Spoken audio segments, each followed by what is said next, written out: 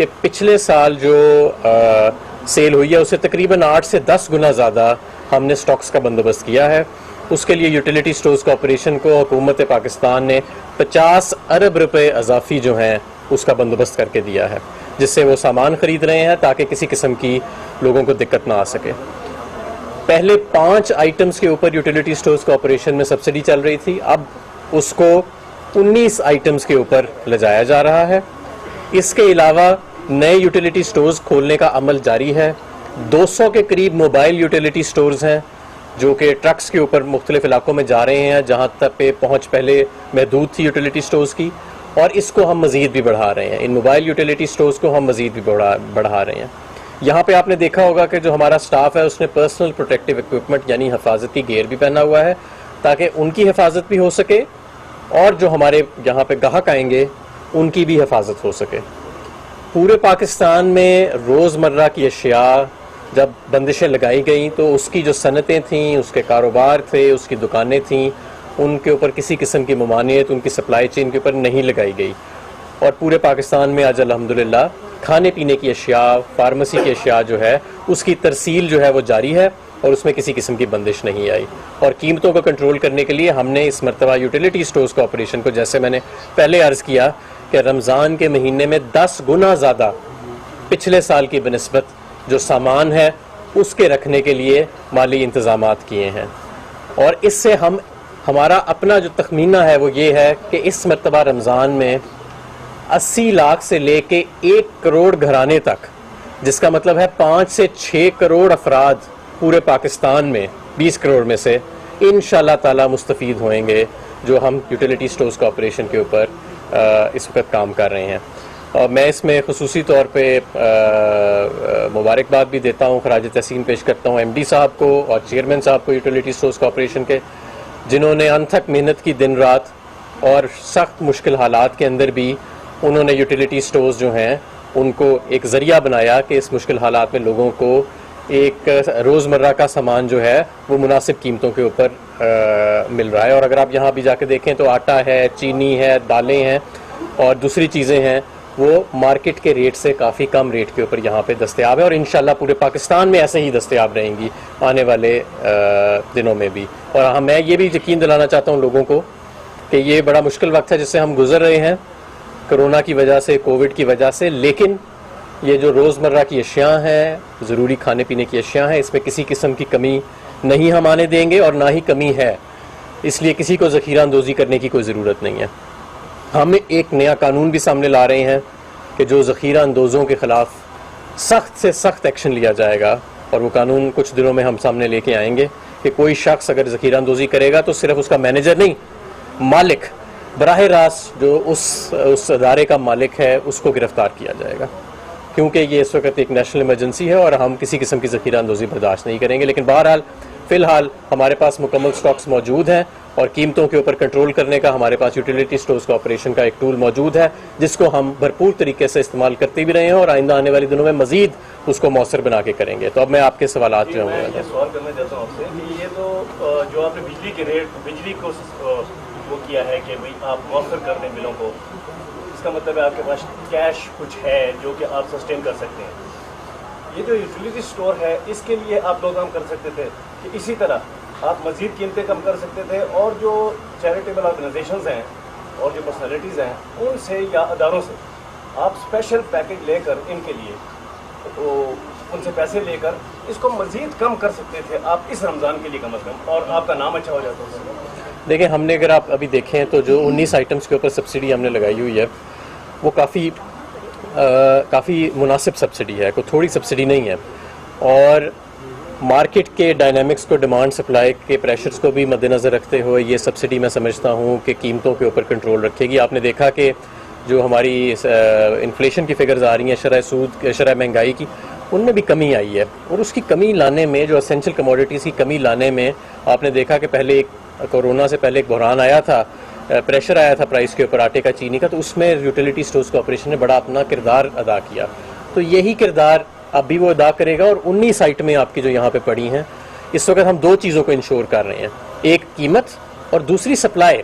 दोनों चीज़ें जब आपकी एक तनासब में रहेंगी तो लोगों को फिर रिलीफ मिलेगी। हमारे साथ ये बताइएगा कि जो आपका शहरों के यूटिलिटी स्टोर्स हैं उन पर तो अशिया मुयस्सर भी होंगी, लेकिन जो दूर दराज दही इलाके जहाँ पे बेसिकली जिनकी ज़रूरत होगी वहाँ पे गुरबा को, उनकी जो तरसील है और वहाँ पे अवेलेबिलिटी का फीडबैक का क्या मैकेनिज़्म बनाएंगे? जी, जो सबसे पहले तो ये कि मैंने जैसे आपको पहले बताया कि हम एक बड़ी तादाद में यूटिलिटी स्टोर्स को बढ़ा रहे हैं। उसके अलावा फौरी तौर पे, क्योंकि इस नया स्टोर किराए पे जगह लेने में, बढ़ाने में, स्टाफ करने में थोड़ा वक्त लग जाता है, लेकिन फौरी तौर के ऊपर हमने मोबाइल यूटिलिटी स्टोर्स अनाउंस किए हैं, जो फ़िलहाल तो 200 हैं, लेकिन एमडी साहब से हमने रिक्वेस्ट की है कि इसकी तादाद को बढ़ाएं। ये मोबाइल यूटिलिटी स्टोर्स उन इलाकों में जाएंगे जहाँ पे अभी यूटिलिटी स्टोर्स की ब्रांचेस मौजूद नहीं है, ताकि जो देही इलाकों में, दूर दराज इलाकों में हमारे लोग मौजूद हैं, उन तक भी ये सामान, इसकी तरसील मुनासिब कीमत पे पहुँचे और ये सब्सिडी उन तक भी पहुँचे। अरे सर, ये रमजान रिलीफ की जो सब्सिडी है इसका एक वॉल्यूम बता दें, दूसरा एक 19 आइटम की आप बात कर रहे हैं,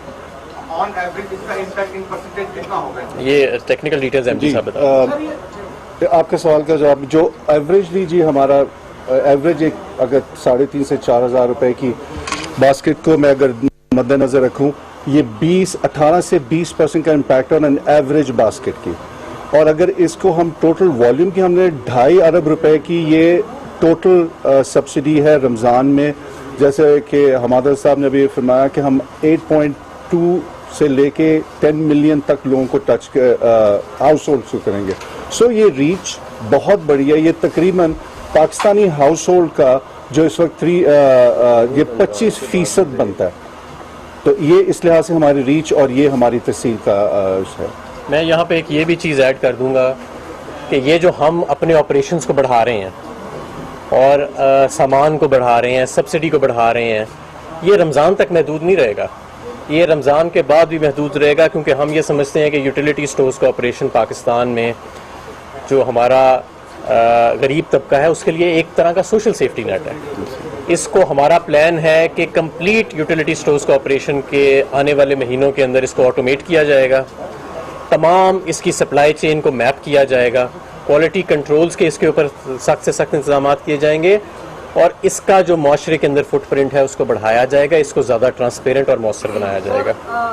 ये गवर्नमेंट आई तो शुरू में आती ही खरीदारी बंद कर दी यूटिलिटी स्टोर्स की, 6 से 8 माह बंद हुई, फिर धरना दिया गया, फिर लाजमी सड़कों पे आए। अब गवर्नमेंट में ये फील हो रहा है कि हाँ जी इसके लिए हम रिलीफ दे सकते हैं वहाँ, तो ये गलती नहीं थी और अभी आपको फीलिंग्स आ रही है? देखें दोनों चीज़ें इकट्ठी हो सकती हैं। अगर कोई आपकी गाड़ी टूट फूट का शिकार है तो आप उसको एक स्पीड से ज़्यादा नहीं चला सकते, मज़ीद नुकसान हो जाएगा। तो पहले इसके कुछ इंतजामात को दुरुस्त करना, इसकी मैनेजमेंट को दुरुस्त करना, जो एमडी साहब और चेयरमैन साहब ने काफ़ी हद तक किया है, मज़ीद भी गुंजाइश है। आने वाले महीनों में हमें रोड मैप दिया गया है कि वो करेंगे और मुझे पूरा कॉन्फिडेंस है कि इंशाल्लाह ताला ये एक बेहतरीन इदारा बनने जा रहा है। यूटिलिटी स्टोर्स एक ऑटोमेटेड डिजिटल इदारा बनने जा रहा है। लेकिन मैं समझता हूँ ये कि हमें यूटिलिटी स्टोर्स का ऑपरेशन, क्योंकि ये फूड सिक्योरिटी का मामला है, गरीब लोगों तक, हमारे मुल्क में ज़ख़ीरा अंदोज़ी का एक कल्चर रहा है, हमारे मुल्कों में मुख्तलिफ़ किस्म के माफिया जो हैं वो खाने की अशिया, रोज़मर्रा की अशिया के ऊपर मुनाफाखोरी करते थे, ज़्यादा ज़रूरत से ज़्यादा और ज़ख़ीरा अंदोज़ी करते थे। उसका एक बेहतरीन तोड़ है यूटिलिटी स्टोर्स, लेकिन यूटिलिटी स्टोर्स में भी इस्लाह की ज़रूरत है। तो इसकी जैसे जैसे इसकी इस्लाह होएगी वैसे वैसे इसके ऑपरेशंस बढ़ेंगे। इसकी इस्लाह के बगैर हम बहुत ज़्यादा इसके ऑपरेशंस नहीं बढ़ाना चाहते थे, लेकिन क्योंकि अब ये अमल आगे चल रहा है तो हम इसके ऑपरेशंस बढ़ा रहे हैं। 4 दिन पहले असद उमर साहब ने पहले मोबाइल यूटिलिटी स्टोर का इफ्तिताह किया था पाकिस्तान में। 200 कैसे हो गए ये? 200 पूरे पाकिस्तान में पूरे वो 8 किया था भाई। हमें स्टैटिक्स जब करते हैं 8 उस दिन लॉन्च किए, उसके साथ हमने बाकी मुल्कों में, बाकी शहरों में भी उसके साथ साथ वो इस्लामाबाद कैपिटल टेरिटरी के लिए थे, इस्लामाबाद सिटी के लिए नहीं था, और इसके इस्लामाबाद के लिए थे। 200 पूरे हम, बिकॉज ये एक ऑन गोइंग प्रोसेस है। इस वक्त अगर मैं आपको एग्जैक्ट नंबर बताऊं, मैं 135 ऑलरेडी बाकी लॉन्च हो चुका है। वो मैं बता चुका हूँ कि हमें तकरीबन इस मरतबा रमज़ान में हम समझ रहे हैं कि 80 लाख से 1 करोड़ घराना जो है वो इससे मुस्तफ़ीद होएगा, जो 4 से 5-6 करोड़ रुपए लोग बनते हैं तकरीबन। मैं यहाँ पे एक और बात करना चाहता हूँ यूटिलिटी स्टोर से हट के, और ये बहुत ज़रूरी बात है। जो इस वक्त मुश्किल हालात हैं पूरे मुल्क में, कारोबार ज़िंदगी काफ़ी हद तक मफलूज है। हमने कोशिश की है कि शहरों से बाहर जो कुछ कारोबार हैं और शहरों के अंदर भी जो कारोबार हैं जैसे कंस्ट्रक्शन है और दूसरी चीज़ें हैं, उनको बहाल किया जाए। लेकिन मैं ये समझता हूँ कि इस वक्त मुश्किलात हैं, और मैं अपने ख़ास तौर पे जो पाकिस्तान के छोटे ताजिर हैं उनसे मैं एक दरख्वास्त करना चाहता हूँ कि हमें आपके इस वक्त जो आप इस वक्त एक फ़ाइनेंशियल क्रंच, मुआशी बदहाली का और मुआशी प्रेशर का शिकार है, हमें इसका पूरा एहसास है और हम आपको इंशाल्लाह अकेला नहीं छोड़ेंगे। गवर्नमेंट इस वक्त रिटेलर्स के लिए, ताजरों के लिए और स्मॉल एंड मीडियम एंटरप्राइजेज़ यानी छोटे और दरमियाने तबके के कारोबारों के लिए हम एक स्कीम्स बना रहे हैं वजारत सनत और पैदावार के अंदर, और इंशाल्लाह अगले आने वाले हफ्तों में